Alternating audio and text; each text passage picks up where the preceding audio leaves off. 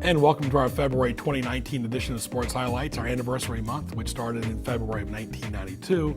This is Sports Highlights on our beautiful set right here, airing on Mondays at 7 a.m., 2 p.m., and 7 p.m. on Cox Cable 47 517, weekends on nnpstv.com, and of course at 9 a.m. It's a pleasure to interview Eugene Marshall Jr. to start things off, the Director of Athletics at Hampton University. How are you? Good. Well, thanks for having me on the show. Very nice. You've been there for several years now. Tell us about your background. Well, I've kind of been in the Northeast quite a bit. This is my 34th year in intercollegiate athletics. I spent 19 years as a basketball coach, coached men at Pratt Institute for 11 years, coached women at the College of Staten Island, and also Ramapo College for a total of 8 years. Athletic director at Pratt Institute for 8 years, and moved on to Staten Island where I was the AD and coach, just like at Pratt, for another 2 years, and then spent 6 of the 7 years at Ramapo as the head basketball coach. Moved on to West Point as a deputy athletic director, then went back to Ramapo because the unfortunate passing of a mentee who turned out to be the AD after I left, and then went on to Iona, and then went to Queens College, and then decided to come down here. You know, it's something you probably know this firsthand. When you're coaching, you're in your bubble, but when you're in administration, you're in everybody's bubble. Everybody's bubble. The only time I had a chance to take a break was when I was coaching in the AD, because I could go and run practice.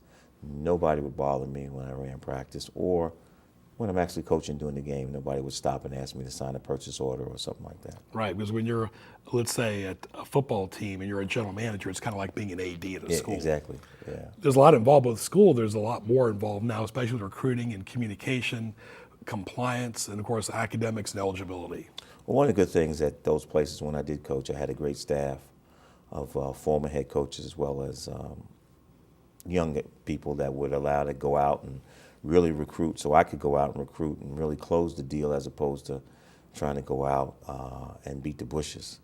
And then once I got full-time athletic director, not really coaching anymore, I could understand what coaches go through when it comes to recruiting, compliance, and paperwork, and all the things that go into being a good coach, the community outreach, meeting with donors, talking to sponsors, all the things that you don't like, because all you really want to do is get in the gym or on the field or the track and just coach. But the business now is going out and meeting with folks.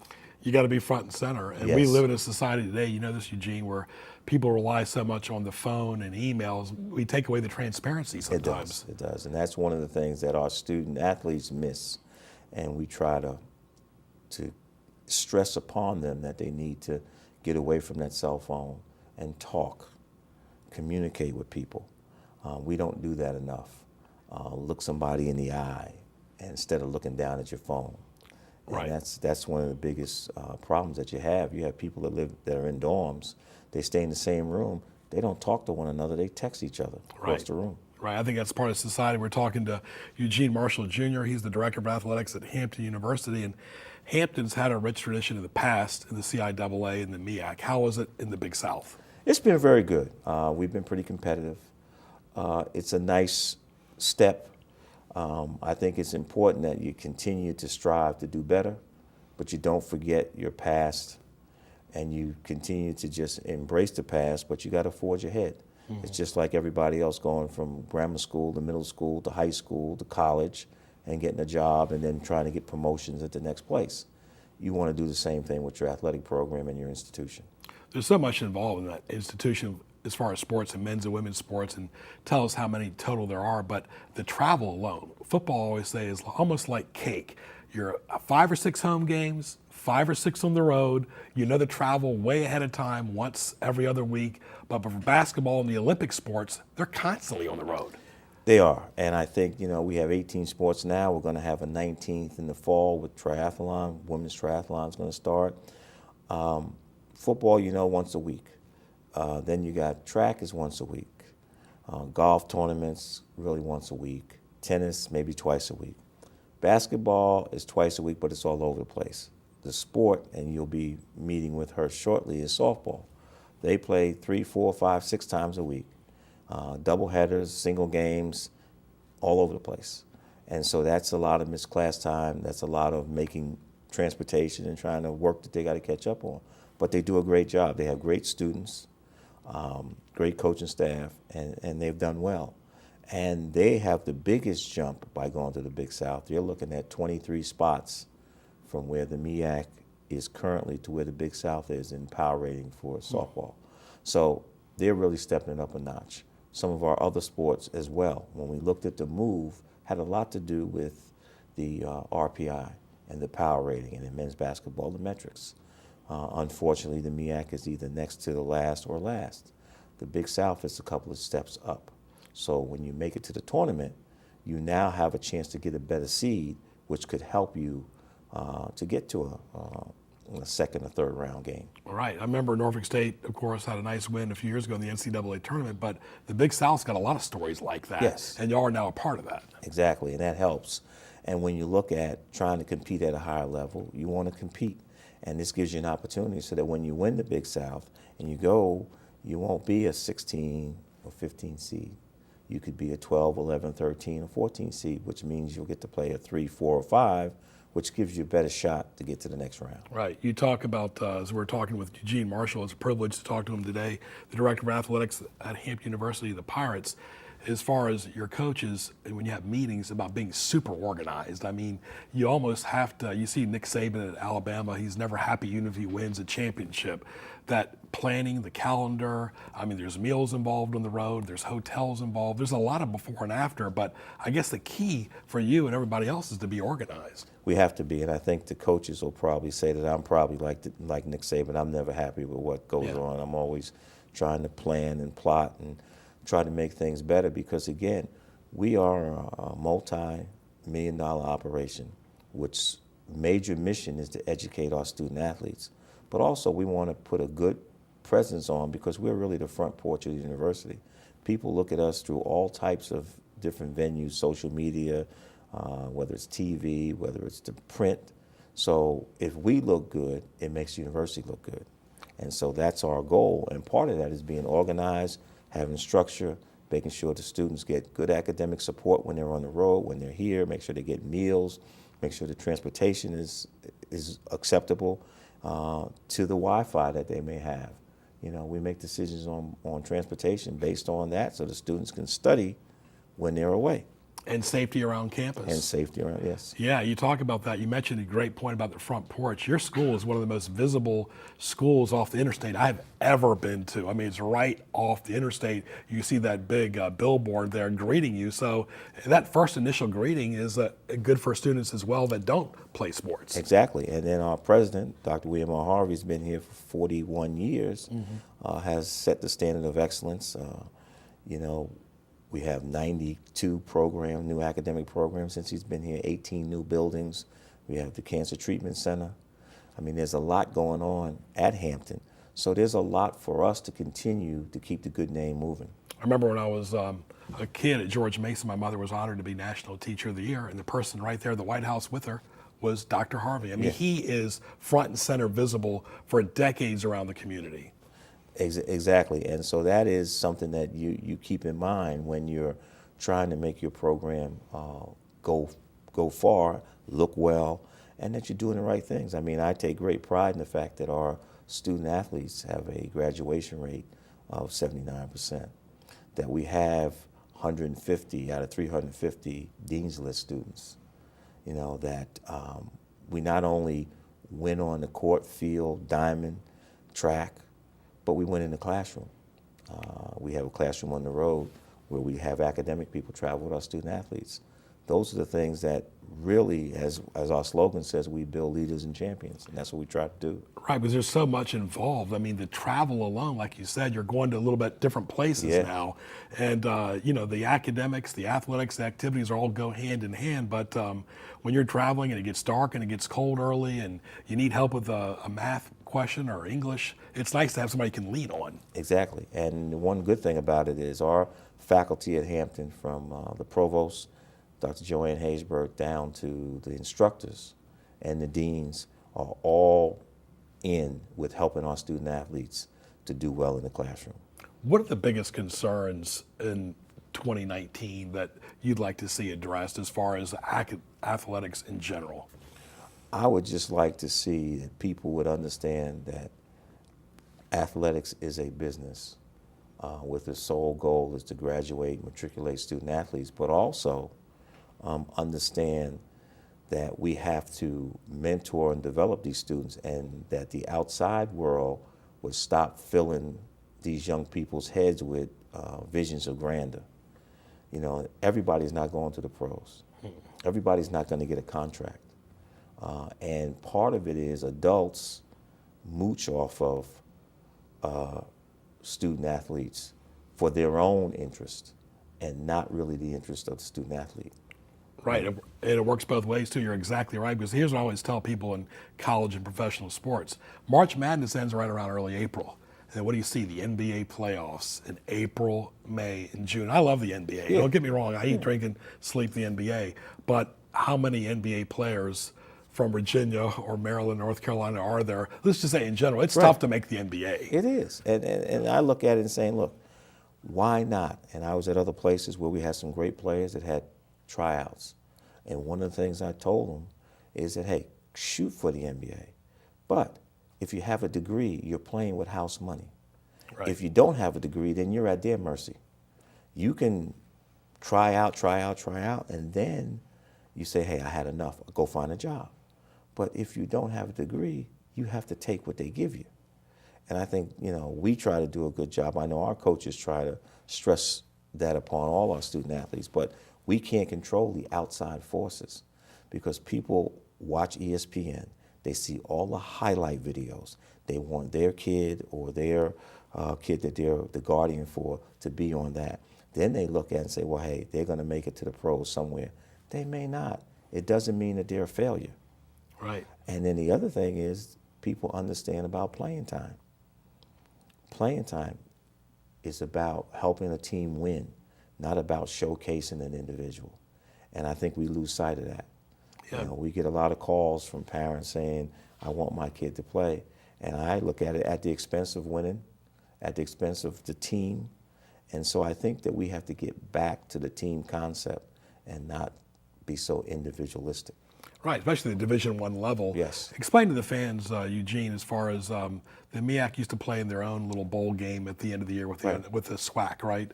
How does it work for the Big South as far as college football? Well, the Big South plays in the FCS championships. If you win or you're in second place, if you have a higher seed, you'll get an automatic bid, just like basketball. And then you play the different rounds based on your seeding and how well you do. And so it's one and done. The MEAC came up with a very novel idea to play a bowl championship, which was great. But now the Big South has all the FCS schools in the country competing for an FCS championship. Right, could be James Madison, it could be Right. William Mary, could be anybody. Could be anybody. Right, how difficult is scheduling? Any sport. It's difficult at Hampton because we have a great tradition of winning and success. So a lot of teams don't want to play us because of the fact when we were in the MEAC, they didn't want to play us because if they lost to Hampton in the power rating, it was bad. And then if you lose to a MEAC school, it was worse, which wasn't fair to each school in the MEAC, nor the MEAC as well. So then going to the Big South, people still may not want to play us, but our power rating is a little bit higher. It's just tough because schools know that we have good programs. Right, because Hampton's played Virginia and Carolina before, but it's tough to get them on the schedule on an annual basis. Right, and we have to fit it into, now with our new conference, we have to fit it into their schedule. So we're still playing some of those schools. I know softball plays Virginia plays Virginia Tech.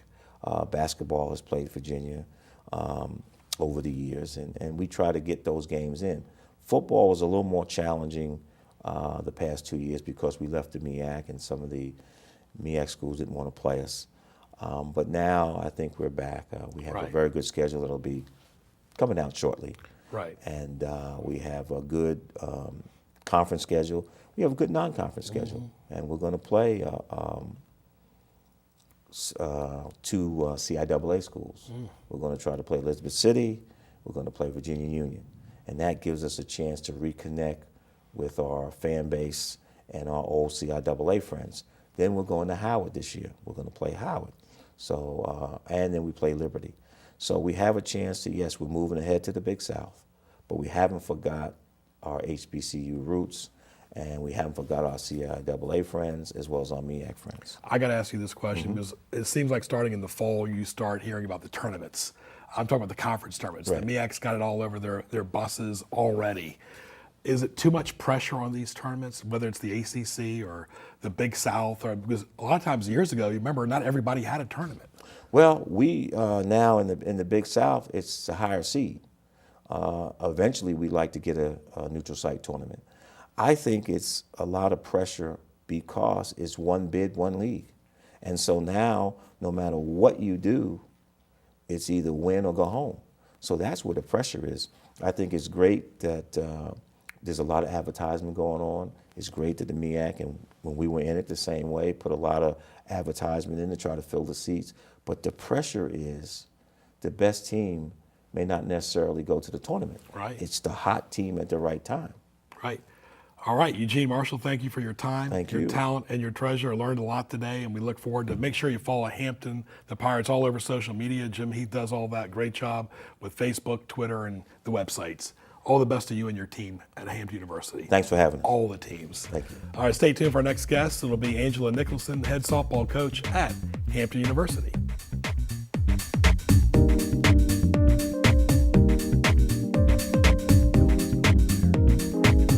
You're a pro at this.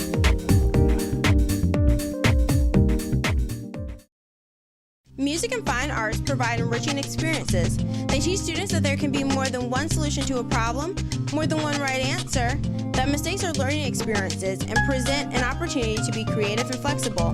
The arts encourage persistence and dedication.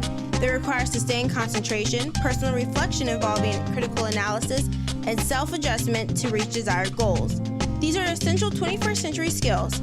Skills recognized as important to productive career and citizen success. Each student deserves and benefits from an arts-rich education.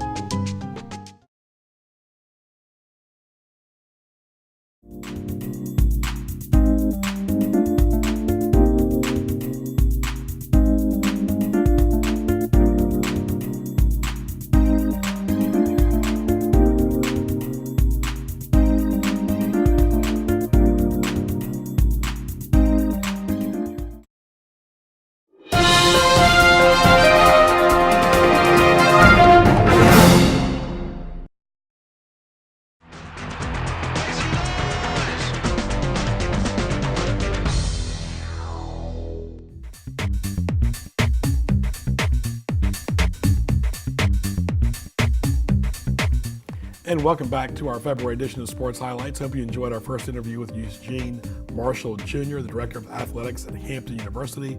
It's a pleasure now to talk to Angela Nicholson. I want to thank our good friends at Fazoli's, first from Chesapeake and Newport News. She's the head softball coach at Hampton. Good to see you. Thanks for having me. Tell us about your softball background. I played at Cleveland State University in Ohio and went to school to be a teacher, and that's what I thought I was going to do. And when I graduated, I started doing that, but I also wanted to coach. So thought I was going to be a high school coach, nothing more than that. And I applied for a position that opened up locally. It was a junior college position. And I actually was offered the job. And so I was teaching 7th grade and coaching at the junior college in the evenings. So that started my career. So I was a head coach right from the beginning. And I was there for 4 years, very successful 4 years there. And while I was teaching, I kind of found myself, instead of doing lesson plans and grading papers during my planning period, I was writing up lineups and practice plans and couldn't get softball off my mind. So that's when I kind of found out that I wanted to really be a full-time collegiate coach. So I applied for a couple of jobs and got my first full-time position at Ursuline College, which is an NAIA school. It was an all-girls Catholic school. I was there for a year, and I actually coached cross-country and softball. And we had a really, really successful year in 1 year. And so I wanted to move up to the Division I ranks and applied and got the job at Butler University in Indianapolis. And I was only there for a year, not intentionally, but my alma mater, Cleveland State, opened up. And I thought that might be my one and only opportunity to get in there. So I applied and got that job to move back home. Yeah. And I was at Cleveland State for 7 years and did really, really well there. How nice? How was that being so close to home? I loved it. I bet, yeah. Loved it because at the time I had 3 kids under the age of 5 when I was in Indianapolis, and it was crazy. And no family, nothing. It was just me and my husband, and it was really hard. So when we went back home, it was great because my husband's family and my family they live like 2 miles from each other. And Cleveland State was about 20 miles from where we lived. Yeah. So it was perfect Right. in every sense, every way. So I was there for 7 years, and I loved every minute of it, and loved to give back to my alma mater. It was fantastic. And then I moved on to in the OVC, the Ohio Valley Conference, at Eastern Illinois, and was there for 3 seasons. And that's when I came here. Right, so a little bit change in the weather, although we do get cold weather here as well. Talking to Angela Nicholson, and as a mom first, and a coach, budgeting your time. You always hear women in general that work full time and have a kid or 2. It's very difficult. You've got 3, like you said, 4, and you travel a lot. So you think about the dynamic. That's not easy. It is not easy, and when I first started, it was me and my husband actually. He wrestled Division I at Cleveland State, and so he gets it. He understands the life of an athlete, of a coach. So he gave up his career to stay at home with our kids, and he sacrificed quite a bit. He was my number 1 fan, number 1 supporter. It was amazing. I could not have done it without him. And he is now my assistant. Okay. So in the early years, he was there, wasn't on my staff per se, but he was there in every sense of the word. But he is now, my kids are older, so he's able, and he's finally on staff. Well, let's talk about how many games you play in the spring, and talk about your roster. Yeah, so the NCAA allows 56 games. So You play 56 games? yeah, from February till Wow. May, the beginning of May. Yeah, it's Multitask. it's unbelievable. We were talking about preparation and being prepared with Eugene. I mean, you really have to budget your time. Oh, yeah, and not only that, I mean, then you throw the weather in there. So although you may have thought you had a game today or this weekend, it may get moved to a different day. So it's a constant shuffle, and my calendar is color-coded in every single way.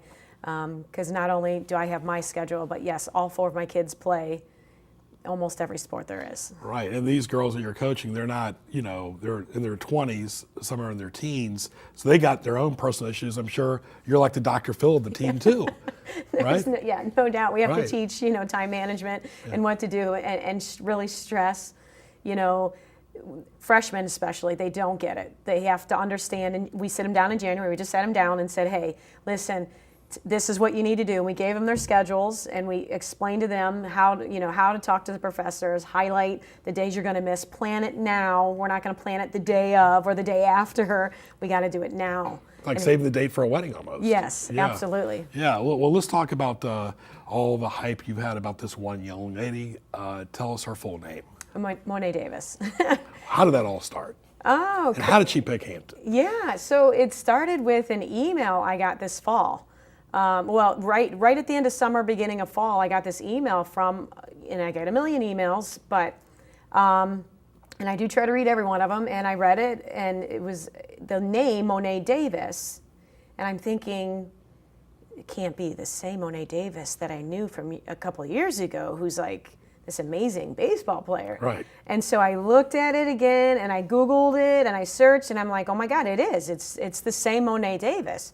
And she was saying how she was interested in softball, and she wanted to possibly play in college. And so I sent her an email. And I said, hey, we happen to be having a camp like 2 weeks later. And I said, coming to camp would be perfect for, me to see your skills, for me to work with you, for you to see campus, for you to meet the staff, for us just to kind of see if this is going to work or not. And next thing I know, 2 days later, she signed up for camp.